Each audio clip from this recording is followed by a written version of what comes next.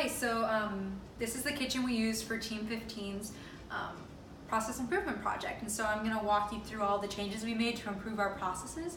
And it's really exciting because we did make some really awesome changes that really improved our processes. So I'll go in order of how we go around the kitchen. And so first step is that our two main pots and pans that we use for almost all of our recipes. As you can see, we color coded them, and that is because each meal family that we have, we assigned a color. So pasta's red, our chicken stir fry chicken dishes are blue, and then our egg dishes are yellow. So this color coding helps us know which pan and which pot to use for which process to make it really easy, especially for anybody other than myself or someone on our team if they come in and need to make a dish. So when we initially started this, we thought we would just kind of stack these pots and pans maybe down here with all the other obscure pots and pans that we don't usually use. But then we realized that that would cause me to bend over, step to the side, place, and then do it again for however many pots and pans that we need. So instead, we decided to spend like literally 10 cents on command hooks to hang these up. And we actually even had to figure out how to hang them up because you can see there's a little hole here, but that hole won't fit on this command hook. So we actually cut a little piece of cord string and tied it. Cost us no money at all to hang these up. And then we decided, oh, we also need the lids because that is another step of our process that improves time and cooking. And so we realized that we can hang them. And then I practiced a few times and realized that the best way to grab these pots and pans when I'm about to use them is to grab the lid with my left hand and the pan on my right, because then I can just pick it up, slide it off. It's as easy as that, and then I place it on the stove. Once I place everything on the stove, that's when I start turning on the burners. Essentially, we realized that a lot of our time when we first started our process was wasted on waiting for food to heat up. Now, for an example, pasta, no matter how much we increase the time it takes to get to the water to boil, it's still going to take roughly 10 to 11 minutes for that pasta to cook. So we can't affect that time, but we can affect how long we wait for the water to boil. So we learned that if we turn on the burners first thing and place the pots, that works. And then for instance, when we use this pan to add water, we would quickly add water and then cover it with the lid. So that's another thing we changed. Before, we didn't use a lid for any of our heating processes, so a lot of heat was lost. The lid helps us trap it, which actually helps it cook longer and helps the water boil faster, for example. So that became our first step. So as you can see, I'm moving in kind of a U shape. So we're at the oven now. Once the burners are ready, I would then go to my first meal station. It's really cool. So we set it up because we do a lot of cutting and sorting when we're making each of our meals. And so this worked great for each of our meal families. What we have here is we have our cutting board, we have a towel, and then we have our knife. And the idea is that, let's say I'm cutting onions and then it gets like onion juice on the knife. I could essentially, once I'm done cutting my onions, then quickly wipe it on the towel rather than taking 3 steps to rinse it in the sink. So it does save us a lot of time. Our other fun improvement that we made was this child's bib catcher. So essentially, if you have a child and they're sitting in their high chair, sitting at the table, they're kind of messy, and so this invention was made to catch any food that would fall. So we are utilizing it instead. So I'm cutting celery, right? And there's the stalk of the celery that has the leaves that you don't eat, and then the end of the white part of the celery that you don't eat. Instead of picking up those food scraps and then walking over here and then having to lift this up, throw it away, instead I would just take those food scraps and scrape them into the bib catcher. So that way it requires no extra time during our process, and it's just really easy, and it's all here. So then after I'm done with my entire process and I'm cleaning up my stations, it's just a quick rinse down and wash and we're done. So that's one of my favorite things that we did. And then we also have our serving bowl. So for each meal that we have, except for the eggs, we have a bowl here. For the eggs, it would be a little plate. We would essentially keep that here, and then that just makes it easier once all the food is done cooking on the stove, or we have everything chopped, we can then put it in the bowl and serve it right away. We don't have to open up anything to get that. So now let's focus on how we cleaned or organized our dry goods or goods that don't need to be refrigerated. Oh, and before I forget, we also, in all of our recipes, we use olive oil. And before we would have to take the olive oil, unscrew it, and then pour it, and then we didn't know how much was in there, and it would just take a while. So instead, we got this quick pour that like you would use at a bar for drinks. And essentially, it's 1 ounce per minute. So when I'm pouring, I know, oh, 2 seconds have gone, or 1 ounce per second, I'm sorry. So I know that once like 2 seconds go by, I know that about 2 ounces have come out of this. Because that was no cost at all. That was just utilizing something that might not necessarily be used for olive oil. So that saves a lot of time because I don't have to use 2 hands to open it up. Okay, so now on to the fun part. These are our product families of dry goods. And so before I get into that, I do want to note that before I would just store different food items on all different shelves and just kind of have to look for everything whenever I was cooking. In our original videos, I would actually have to go get a stool to reach anything up here because the shelf was too high. So when we cleared off all of our shelves, we actually realized that if you look at these little notches here, we can move the shelves at any height we'd like. So we actually moved this tall shelf down. And so coffee and other things that I kind of use on a daily basis, if they're kind of irregular, we put up here so I can still grab it, but it's not as important as my meal families that I make consistently. And so once we move this shelf down a little that I'm able to grab, we then based these 3 shelf heights on how tall our typical boxes are, because we wanted to make sure that they would fit, but we also don't want to waste any space that could be used for another shelf. So that's why this is perfect and this is perfect. And like I mentioned earlier, we did color code. So here's egg, here's our chicken stir-fry dish, and then here is our pasta family. The different colors which correlate to what you see on these pans that I mentioned earlier. So that's just another way that we like to differentiate between those. When we then referred back to the meal log and we saw, okay, we know that these are the majority of our meals, but out of all 3 meal families, what's made the most? Because we thought it would make most sense to have whatever's made the most at eye distance, because I know I'd be grabbing it the majority of the time. And so after looking at that, we realized it would be our egg family. So that's why egg family's here, and then stir fry, and then pasta. So that's how we organize those. For both pasta and stir fry, there are specific directions that need to be followed so that the rice and the pasta can be made the right way. And we had to ensure that the right measurements and times were enforced too. And this is not only for me because it's hard to remember all these numbers, but it's also for anybody else who comes into this kitchen and needs to make something. And so here you'll see that for 1 serving of pasta, we have the directions, and then for 1 serving of rice, we have the directions. And so that's just another easy way for us to improve our process and our timing, so it doesn't require me to get out a box and then quickly read the directions. Now I can easily see it when I take out my container. So the next fun step is that these are portable, and so when I know I am, for instance, making an egg dish, I would go ahead and I would grab what I need. So egg is an anomaly in the sense that we do have a loaf of bread that we kind of just put behind, but it's easy because the second you take out this, you know you need your bread. So it all kind of sits right here.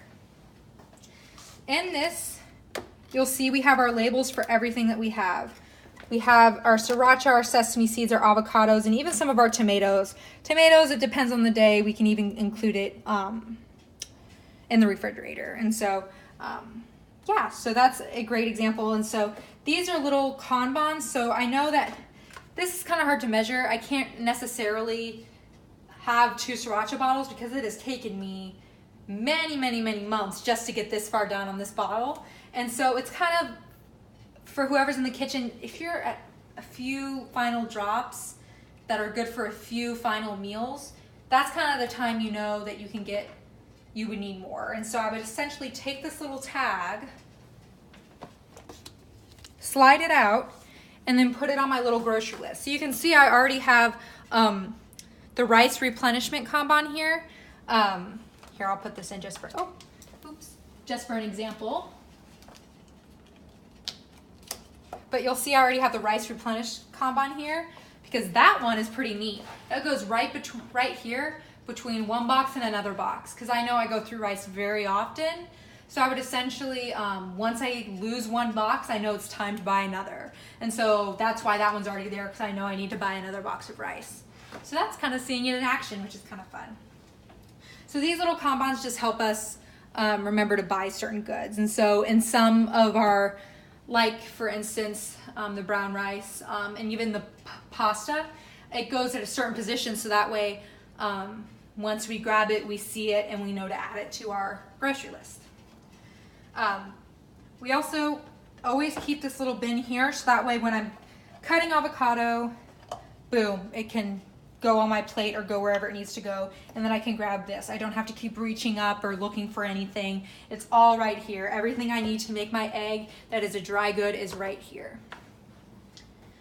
We also organize our plates and bowls. So before, the plates and bowls were like somewhere over here, I don't even remember, but that would require me, I'm cooking, oh, I need a bowl, or I need a serving plate, I need to come over here and get it, and then it would just cause me to go across the kitchen. Now it's right here, and it's even placed here before I even begin, so my setup time, I grab the plate or bowl from this stack here. It's also important to note that this pot is only used for chicken stir fry, so that's why it's up here. So again, you'll see pasta, stir fry, and then plates and bowls is white, not yellow, because it's used for everything, and we just thought white would be good because all of our dishware is white. So you'll see stir fry, this is blue because this pan is only used for stir fry, and so when we're making this, we set all these up, and then we also grab this pan and go here. And this one's just a little too heavy that a command hook wouldn't really work, but again, instead of putting it down here, we placed it up here on this shelf, so we know stir fry, we know we need it just for stir fry. We also know that for pasta, we need the colander because we gotta rinse our pasta once it's cooked in the boiling water, and so that's when we would pour it here. We would take it, and then we have to go across the kitchen, but the way our process works, and when you watch our video, it makes sense to keep it here rather than over on this side. And so when you watch our video, you'll see how that makes sense. It's hard to explain when I'm not going through an entire meal at one time. But again, that's why we labeled everything, and it makes the process pretty easy. It's also important to note that these spatulas and other items are used for many of our meals, and so that's why they're here rather than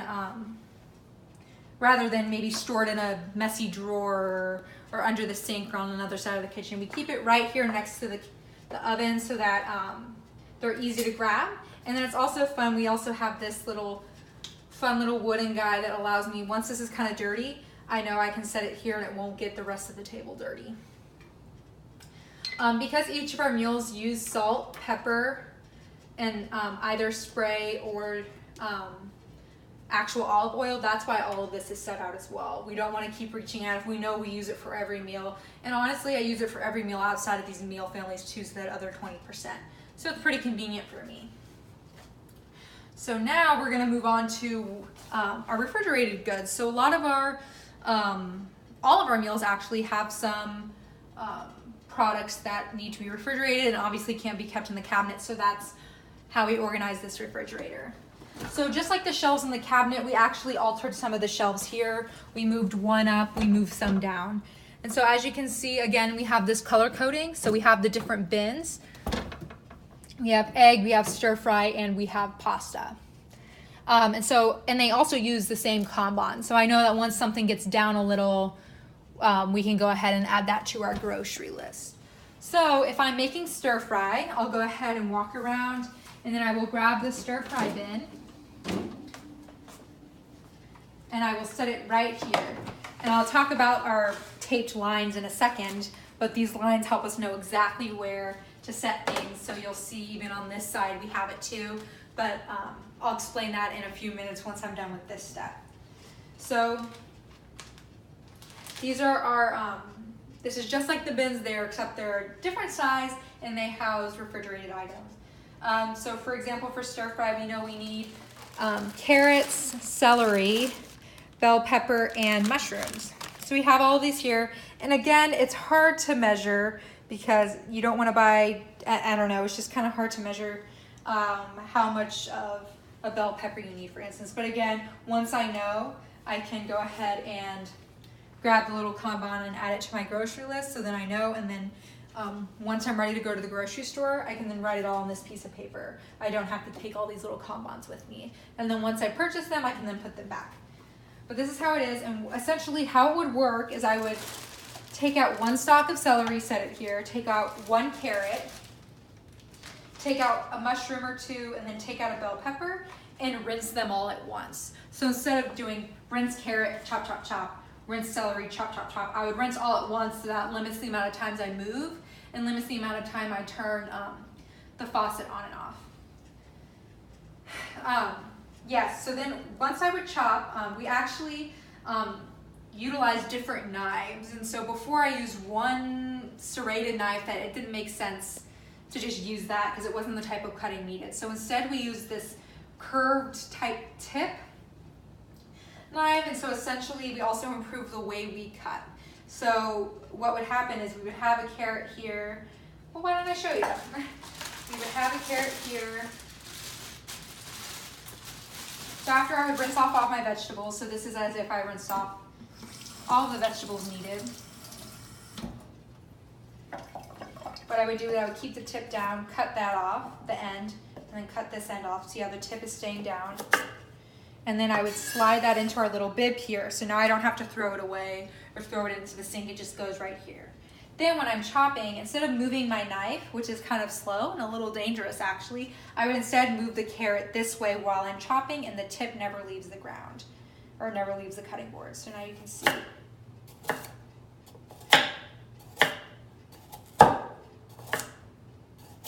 So that makes it pretty easy and it's pretty efficient. Once my whole carrot's cut, I would then throw it into this bowl. So we'll pretend that whole carrot's cut. And then I would go on to the next vegetable that's sitting here, and also a little bit on the towel. I could also wipe off the knife on the towel.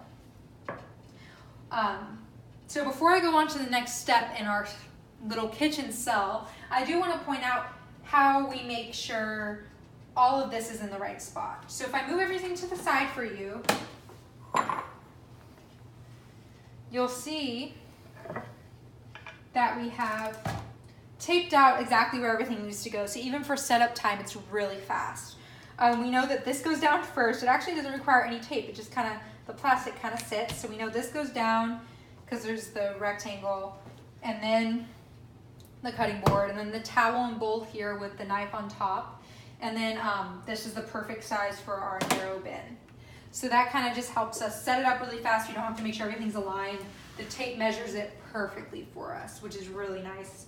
And it's electrical tape too, so it sticks, but that won't leave any residue in case you ever have to move anything or change our process again, because processes are always evolving. So yes, so let's say this entire bowl is filled up with the vegetables, or in the case of the egg, the cilantro and the tomato, or in the case of the pasta, the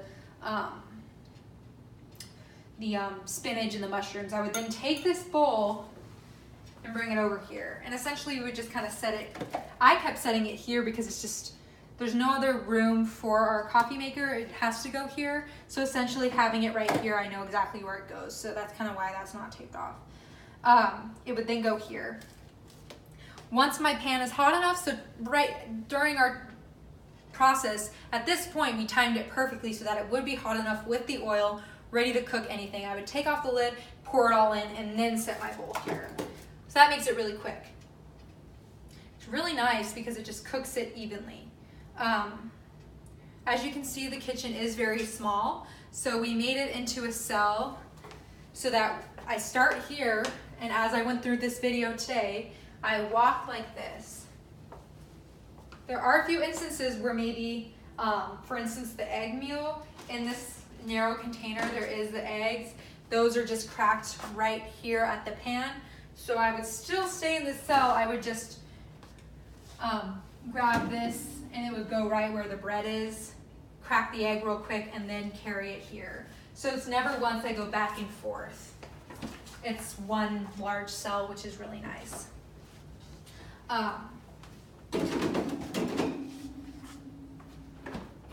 Then once everything's done, I'm able to take whatever pan. So the final pan that's always used. So we know that when all the sauces are mixed or whatever it may be, or all the veggies are there or whatever it may be, there's always this large burner because it's the closest to the station. So essentially whatever pan is here, I would grab it, and all of the meals already use a spatula intermittently, so it would be right here. So I would grab the spatula, grab this. Before I even grab the spatula, I would actually move this bowl onto the cutting board and scrape everything, and then it would be ready. So you'll see in every meal that we worked on, we end the video with me going like this with a plate or whatever it may be because it's all right here. So essentially we do go in a circle and we end up right back where we started. Yeah, before this project we didn't know what would work and what wouldn't, but after a lot of trials, whether it be with, before we would use this and it would just take forever to take it off and spray, you never knew when. We now use this only. Knowing where to place the pots, knowing what kanbans work best. I think initially we thought it all had to be based on a certain numerical value. We now realize that sometimes kanbans, especially with fresh produce, you kind of just have to know. And someone like me who cooks these meals all the time, I know when I need to buy more tomatoes or buy more avocados. That being said, it doesn't necessarily, just because I know, doesn't mean I'll remember to put it on my grocery list and go buy it. And so that's why these kanbans really work for me. And while I'll keep these in my kitchen even after this project, because I know that I'll always have them on my grocery list here. And so that's one of my favorite parts. Overall, this was a really fun project. I didn't know if I would actually keep these improvements in my kitchen, but now I know I definitely will, because I do make these meals all the time. So thank you so much.